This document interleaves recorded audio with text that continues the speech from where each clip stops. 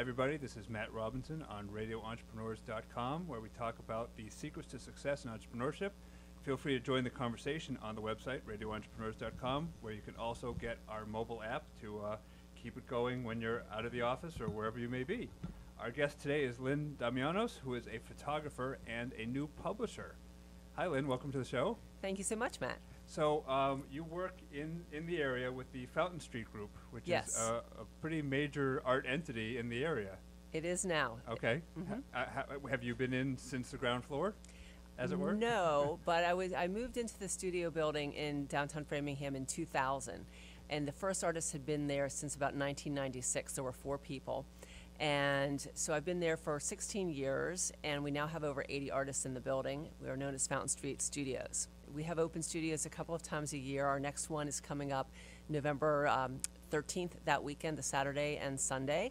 And we open our doors to the public. It's a free event. But we also have 2 of the artists, one who was the founder of Fountain Street Studios, Sherry Clinton. She and Marie Craig, who's a photographer, established a gallery that's now open 4 days a week on the ground level. And it's not just Fountain Street artists, but other artists in the community that have shows there. My main specialty is architectural photography. I also photograph a lot of people. And there are artists in the building, so I photograph their artwork as well. I worked for my father as a kid. He's an architect. He wanted me to take over the family business. I'm not good at thinking in 3 dimensions. I'm good at 2 dimensions.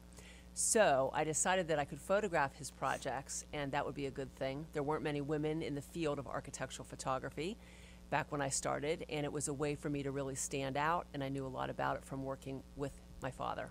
How does one teach photography? That's always a fascinating, because I've taken classes before, and it just, you can teach the mechanics of the camera and the equipment, but how do you teach the eye? How do you teach the perspective? That's a little more challenging. Some people just have a knack and some have more of a challenge with that. So a lot of it is going on a field trip, for example, and working with people when they're actually photographing versus just standing there and talking about it. I think that's really a helpful thing. But when I was in college, actually, I was a teaching assistant for deaf and learning disabled students at RIT, where I went to school. And so for 2 years, I was a TA, and I really learned a lot helping people that really needed help in a great way. So it made it more obvious to me how to help people in general learn, because everyone has a different way of, assimilating that information.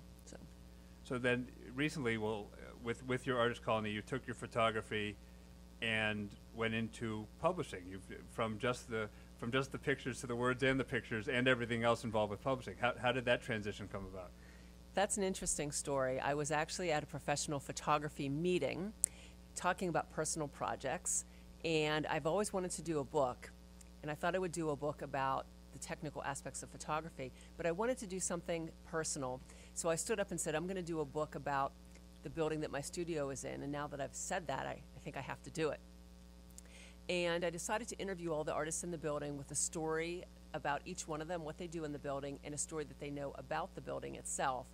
And then also look for artifacts in the building, which is quite interesting. They made cars in the building, shoes, and apparel. And so I accumulated all of this together. Well, in the meantime, the Framingham History Center said, if you can get this book together in 4 months, we can combine this with a house tour and include your building on the tour. And I thought, oh my gosh, that's crazy. But we did that in 4 months.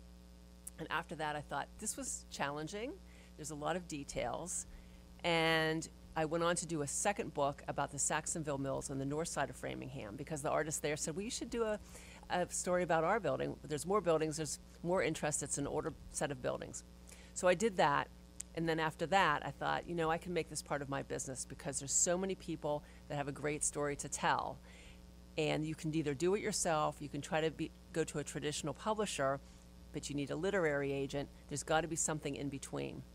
So I worked out a deal with a local printer, who is the second largest print-on-demand printer in the country, actually, and they're right in Massachusetts. Right. And we've established a great partnership to help people get their stories out there.